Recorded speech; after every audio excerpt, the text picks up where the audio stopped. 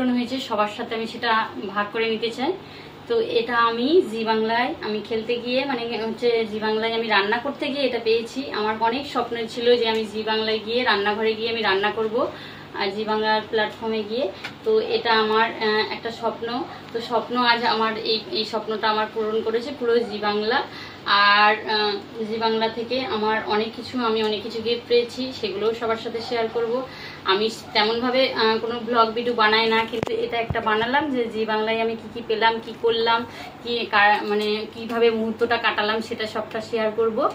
আর এই এতটা সাপোর্ট আমি এখানে যেতে পারলাম পুরোটাই আমার হাজব্যান্ডের জন্য, কারণ ও পাশে না থাকলে আমি কখনোই এই জায়গাটায় যেতে পারতাম না, আর এই ইউটিউবেও আমি আসতে পারতাম না। সে সবসময় আমাকে মানে পাশে থাকে বলে আমি এই জায়গাটা আসতে পেরেছি।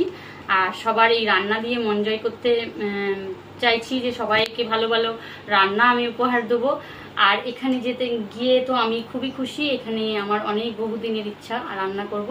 তো যাই হোক, এটা আমি পেয়েছি, এটা পেয়ে আমি খুব খুশি। সবার সাথে আমি এটা ভাগ করে নিচ্ছি, আর কি পেলাম, কি করলাম সবটা সবার সাথে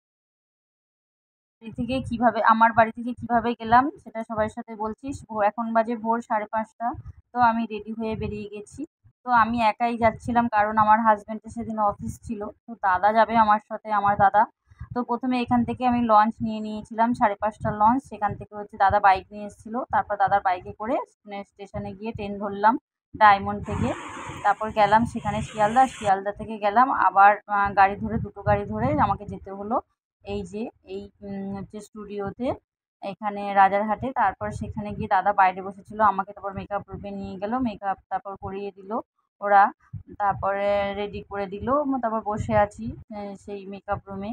তো মেকআপ রুমে থাকতে থাকতে ওখানে ফটো তোলা মানে ওখানে হচ্ছে ভিডিও করা বারণ ছিল, তবু একটুখানি অল্প করে একটু ভিডিও তুলছিলাম, যাতে আমি একটু আমার চ্যানেলে একটু দিতে পারি, সেই রকম অল্প করে একদম তুলছিলাম।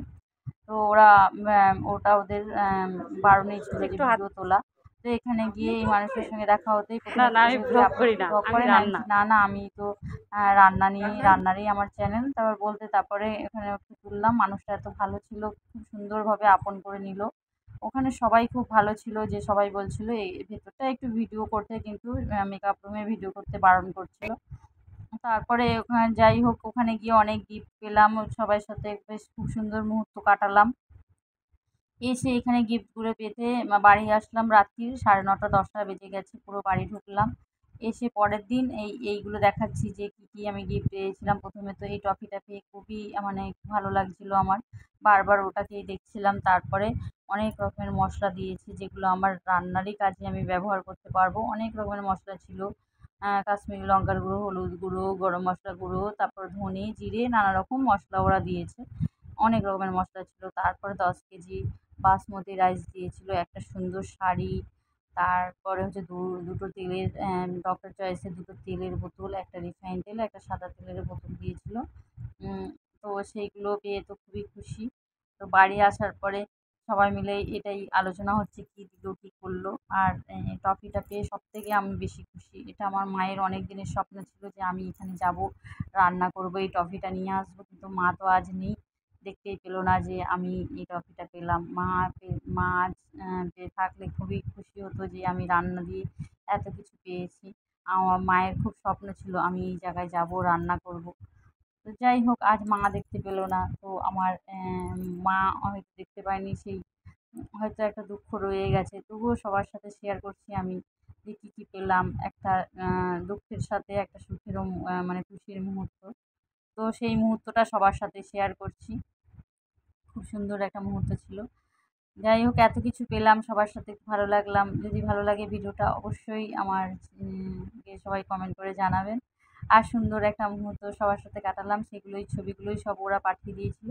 সেই ফটোগুলো সবার সাথে একটু শেয়ার করছি, মানে কী মুহূর্ত কীভাবে কাটালাম, ওরা সব ফটোগুলো তুলেছিল। এই ফটোগুলো ওরাই পাঠিয়ে দিয়েছিল। খুব সুন্দর, ওদের ওখানে যাওয়ার পর ওরা এত সুন্দর ভালো ব্যবহার করলো সবাই, খাওয়া দাওয়া ওরা সব কিছুই দিল। আর ওরা এত সুন্দর সবার সাথে মানে ভালো ব্যবহার করে, এটা দেখেই আমার খুব ভালো লাগছিলো। কারণ সবাই তো সব জায়গায় গেলে ভালো ব্যবহার করে না, কিন্তু জি বাংলার এরা এতটাই ভালো ছিল যে এতটা খুব ভালো ব্যবহার পেয়েছি, এটাই খুব ভালো লাগলো। যে আমাদের মতো মানুষদের ওরা এত বড় একটা সুযোগ দিয়েছে আমার মতো মানুষকে। যাই হোক, একটা শুটিং করলাম। এখানে একটা আরও বন্ধু পেলাম, ও রান্না করছিল আমার পরে। তো আমার পরে ওর একটা রেসিপি বানালো। তো দুজনের একটা খুব ভালো বন্ধুত্ব মতো হয়ে গেছিলো। ও এসছে তারকেশ্বর থেকে। ও আমাকে কিছুটা লিফট দিয়ে দিয়েছিল গাড়িতে, যেহেতু আমি নিজের গাড়ি নিয়ে যাইনি, এমনি গেছিলাম অনেকটা দূর, তো গাড়ি নিয়ে যাওয়াটা অনেকটা দূর বলে এমনি ট্রেনে গেছিলাম যাতে তাড়াতাড়ি হয়ে যায়। তো ও কিছু ফটো তুলেছিল আর একটু শুটিংয়ের মুহূর্ত সবার সাথে শেয়ার করলাম। ভিডিওটা ভালো লাগলে অবশ্যই আমার একটা লাইক দিয়ে কমেন্ট করে জানাবেন। ধন্যবাদ এতক্ষণ আমার সাথে আমার ভিডিওটা দেখার জন্য। সবাই ভালো থাকবেন।